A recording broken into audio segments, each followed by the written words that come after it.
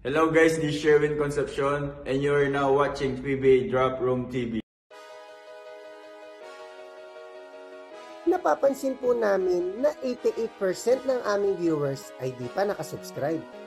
Kaya kung nagustuhan niyo naman po yung video, bilang tulong lang sa aming channel, ay hinihiling lang po namin na pakipindot ang like, subscribe button at notification bell. Maraming salamat mga ka-Draft Room! Welcome back po mga ka-Draft Room. Matatapos na ang 2024 PBA season. At ito na rin ang tamang panahon pag-usapan ng mga posibleng mawala na sa PBA after this season. Binase ko na din sa bilang ng draft pick sa first round at second round per team ang dami na pwedeng ma-release. Simulan natin sa Converge na meron tatlong pwedeng mawala. Ang una ay ang 6'5" power forward na si Andre Flores. Siya ang pinakamalaki ang chance na mawala nasa roster next season dahil pinalit lang din siya sa slot na naiwan ni Balanza. Ang 6th round last draft na 6'5" small forward na si Cameron Wigan Fleming ay posible din mawala na next draft. Malaking bagay ang mga tall wing sa PBA. Ngunit madami ding athletic feel ang wing ang papasok next draft na pwede pumalit sa slot niya. May ilang decent game din ng 6'2" small forward na si King Caralipio this season. Ngunit madami ding talented two-way wing ang papasok next draft. Kaya't isa rin siya sa posibleng mawala dito.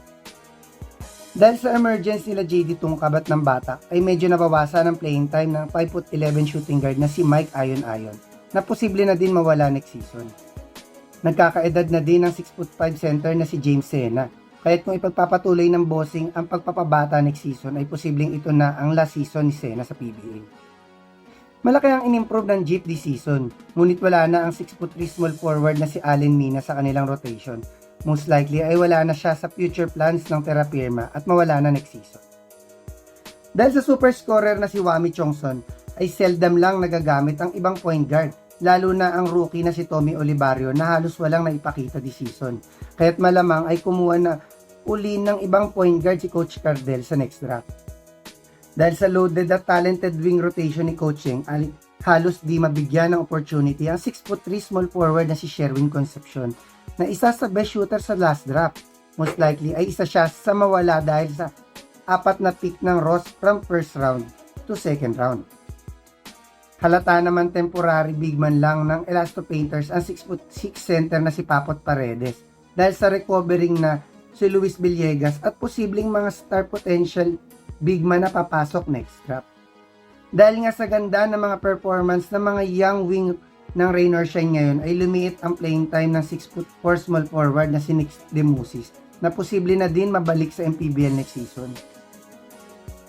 Walang first at second round pick ang Token Text, pero kung gagamitin nila ang third round pick ay posibleng mawala na ang 6'6" power forward na si Bartley Ebonia. Maganda naman ang depensang nadadala ni Bartley, ngunit sa dami ng big man nila ngayon na mas productive ay pwede ma-relegate muna siya sa 3x3 team ng TNT next season. Halos lahat ng big man ng NLEX ay nagagamit pa naman ni Coach Frankie. Maliban na lang sa 6'8" center na si Yusip Taha na posibleng mawala na sa kanilang roster next season. Napapabalita na posibleng hindi na i-resign ang expiring contract ng 6'3" shooting guard na si Jeff Chan dahil na rin sa patuloy na pagpapabata ng lineup ng Northport. Dahil na din sa dami ng energetic hustle big man ngayon ng Batang Piat ay posibleng mabalik ang 6'6" center na si Dami Contapay sa kanilang PBA 3x3 team. Patuloy din kumukuha ng mga young prospects ang Super LPG Masters. Kahit posibleng bitawan na nila next season ng isa sa mga oldest players nila ngayon, ang 6'6" center na si Raul Soyud. Pinaresign na Meralco sa last off season ang 5'7" point guard na si Diego Dario upang mas dumami ang options ni Coach Trillo sa guard rotation nito. Pero siya na din ngayon ang pang-4 na point guard ng Bolts. Kahit kung may makukuha ang Meralco na young point guard this draft ay posibleng mawala na si Dario next season. 4 na din ang current center ng Bolts ngayon at ang 6'5" center na si Kyle Pascual ang masasabi kong weakest link sa 4. Kaya dahil madaming papasok na tall and quality big man this draft, posibleng ito na din ang huling season ni Kyle sa PBA. Kita naman na naging emergency wing player lang ng Ginebra ang pagkakasign sa 6'4" small forward na si David Morrell. Kaya't once bumalik na sina Jeremiah Gray at Jimmy Malonzo ay posibleng isa si David sa pwedeng ma-relegate sa PBA 3x3 team ng Ginebra.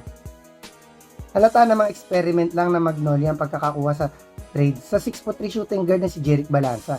Kahit most likely ay makita na natin si Jerick sa PBA 3x3 team ng Magnolia next season.